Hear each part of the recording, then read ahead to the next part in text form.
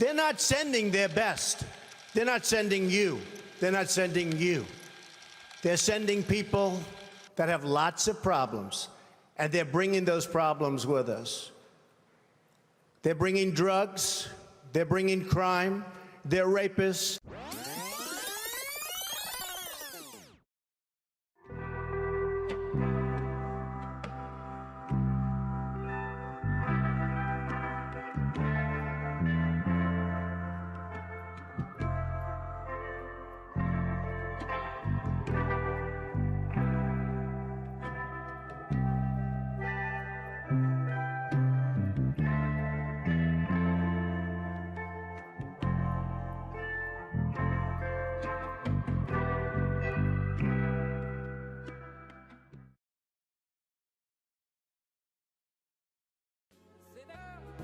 Immigrants take our jobs.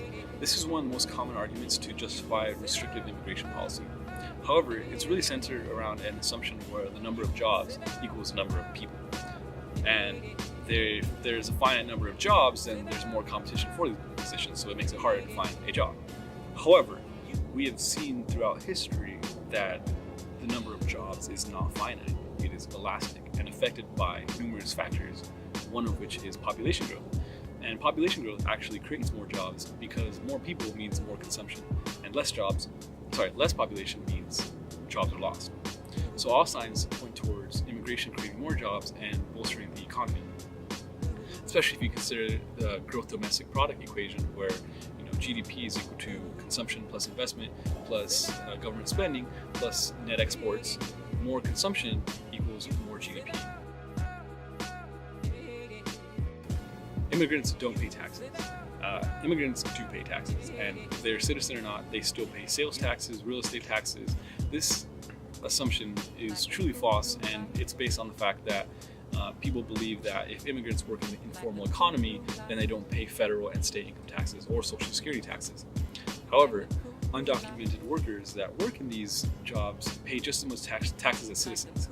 In fact, the Social Security Administration assumes that 3/4 of undocumented citizens use a fake Social Security. Even if they are fake, taxes are still deducted from their paychecks, even though they don't have access to the benefits that they're actually paying for, such as Social Security or unemployment benefits. The Social Security Administration actually collects all these funds and allocates them to a suspense file, which is estimated to be roughly $7 billion a year. This means that by working in positions that may be less desirable as others, immigrant workers are actually contributing roughly $7 billion to other people's Social Security without ever having to reap the same benefits themselves. Another assumption is that immigrants pay less taxes than other Americans. However, we have a progressive system of income taxes where the more money you make, the more income taxes is deducted from your paycheck.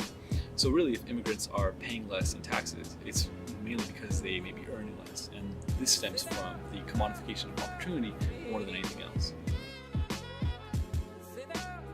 Immigrants are a drain to the economy. There are many ways to dissect this myth. One way is to do a cost-benefit analysis about how much immigrants contribute in the form of taxes as compared to how much of the public sector they actually use. Nationally, one study estimates that households headed by undocumented immigrants use less than half the federal services that households headed by documented immigrants or citizens make use of, all the while paying the same amount of taxes.